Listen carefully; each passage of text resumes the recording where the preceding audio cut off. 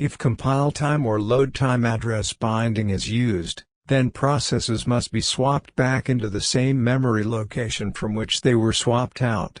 If execution time binding is used, then the processes can be swapped back into any available location. Swapping is a very slow process compared to other operations.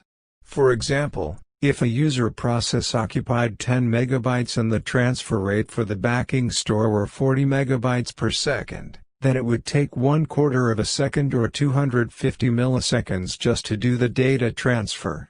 Adding in a latency lag of 8 milliseconds and ignoring head seek time for the moment, and further recognizing that swapping involves moving old data out as well as new data in, the overall transfer time required for this swap is 512 milliseconds, or over half a second.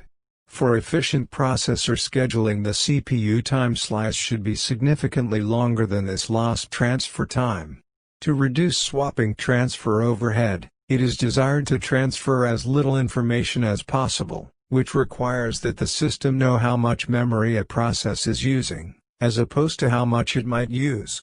Programmers can help with this by freeing up dynamic memory that they are no longer using.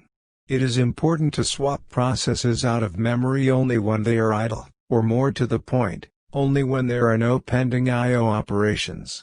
Otherwise, the pending I/O operation could write into the wrong process's memory space. The solution is to either swap only totally idle processes, or do I/O operations only into and out of OS buffers, which are then transferred to or from processes' main memory as a second step. Most modern OSs no longer use swapping, because it is too slow and there are faster alternatives available. For example, paging. However, some Unix systems will still invoke swapping if the system gets extremely full, and then discontinue swapping when the load reduces again. Windows 3.1 would use a modified version of swapping that was somewhat controlled by the user, swapping processes out if necessary and then only swapping them back in when the user focused on that particular window. One approach to memory management is to load each process into a contiguous space.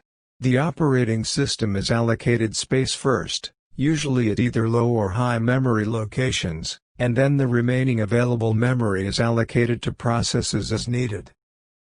The OS is usually loaded low, because that is where the interrupt vectors are located, but on older systems part of the OS was loaded high to make more room in low memory, within the 640K barrier, for user processes.